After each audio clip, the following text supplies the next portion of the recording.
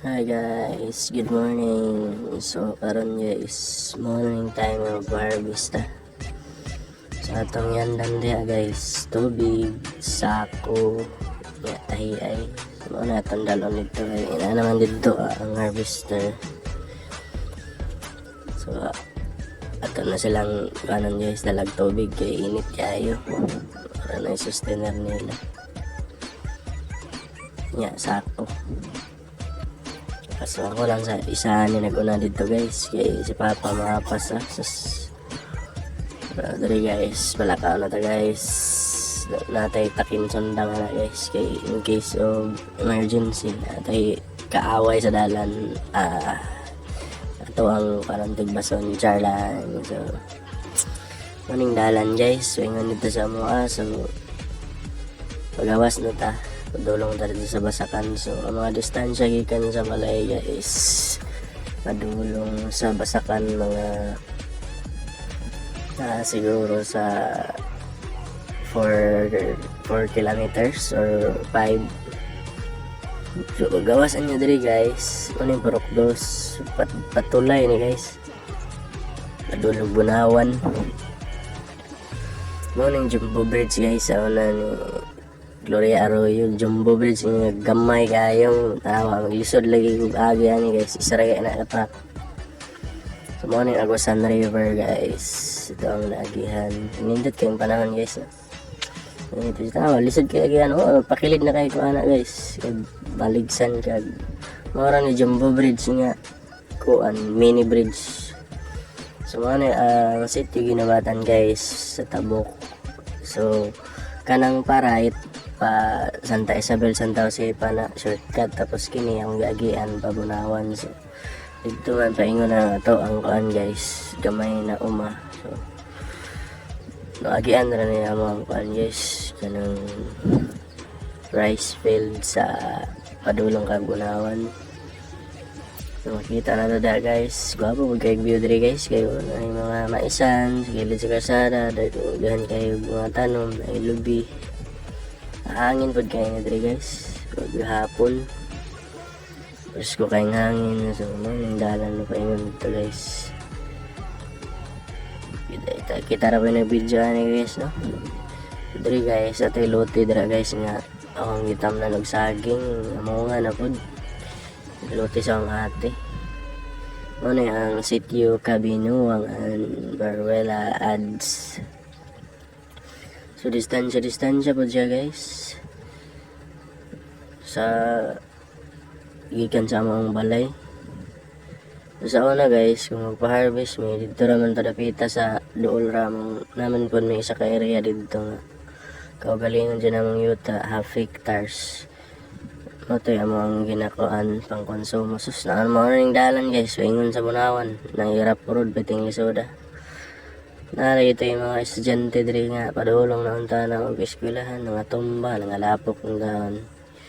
So tungod pod ni guys sa kanang namaway gina-construct god na project guys, normal jud na daot ang karsada kay naman po project para sa ning riprap, flood control para di po mabahaan ng karsada. Pero mo lagi tungod sa dagkong truck nga ang itsura sa karsada, pero normal na siya guys. May nga na, pero at least ilang ginamintain ba, siguro nakakuan sila nga adlaw-adlaw na higagi diri nga mga estudyante ikan sa sudlonon yung mga barangay. So iba nang ilahang ginaayo po, pero lapok dyan siya labi nagmag-ulan, okay ran ta nagkuan init kay abog ray kalaban, libre nakapulbos. Ala diha guys, barat-barat ko dra guys, kay dangog kayo, pero kiraman kay master man ta drive charlan. So ni guys, dirito dapit na nga tumba ang mga estudyante guys, kay danglog kay ni guys, kay siminto ang ilalom ba nya nagrabahan nya dangog kay ulan diri dapat maghinay kay diri dapat ito yung padulong simentado na siminto nya danglog yun na yun ay lapok. So mo ni ang sitio Sinapawan guys, after sa sitio Ginubatan, Kabinuangan kani sitio Sinapawan ani. So unahan ni sitio Sangkogi, so dito na bilong ato ang pa-harvest karon nga adlaw guys. So mara ning kinabuhi sa pag-uuma guys. Barato pa jud kayong humay.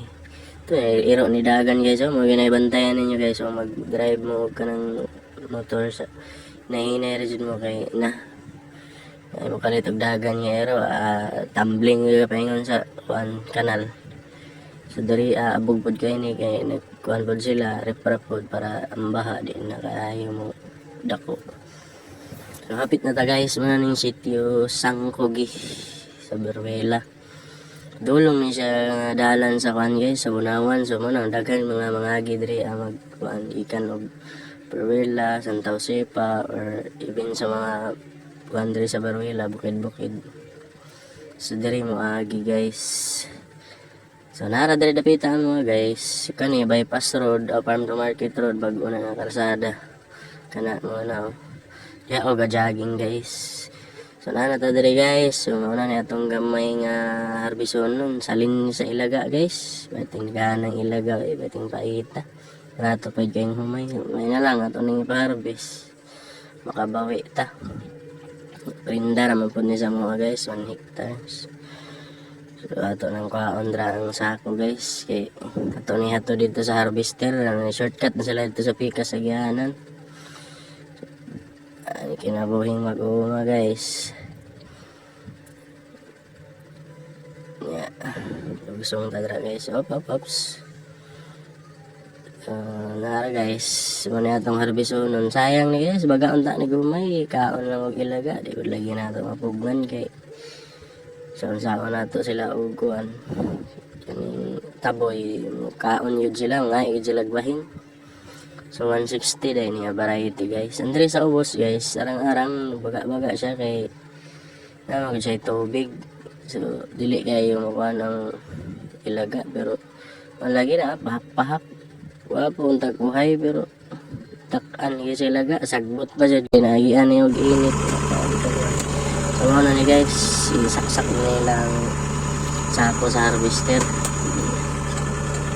Dali na kaya ni guys, muna ni paagi karon sa pag-harvest. Di na maulanan ni mga humay, 1 hour ang isa ka hektar niya. Muna na guys, nga na ang 1 karon pamahagi. Hatagan mo sako, ang tala sa unag, garab pa. Tagal lugay pa mga humay mga harvest nun. So ano sila guys. Ano ito ang ganap aron niya mga adlaw guys. So that's all for today's video guys. Thank you for watching. See you in the next vlog. Wow. Again, this is ang pobreng vlogger na Beruela. Nindot kayong panahon guys oh. May kayong ang clouds timingan jud kaluyan nga mayong panahon bahala og barato ang presyo at least wala na thank you ang ato ang kuan guys hago nara gyapon nakabawi-bawi ra. So that's all for today guys, bye. Wee.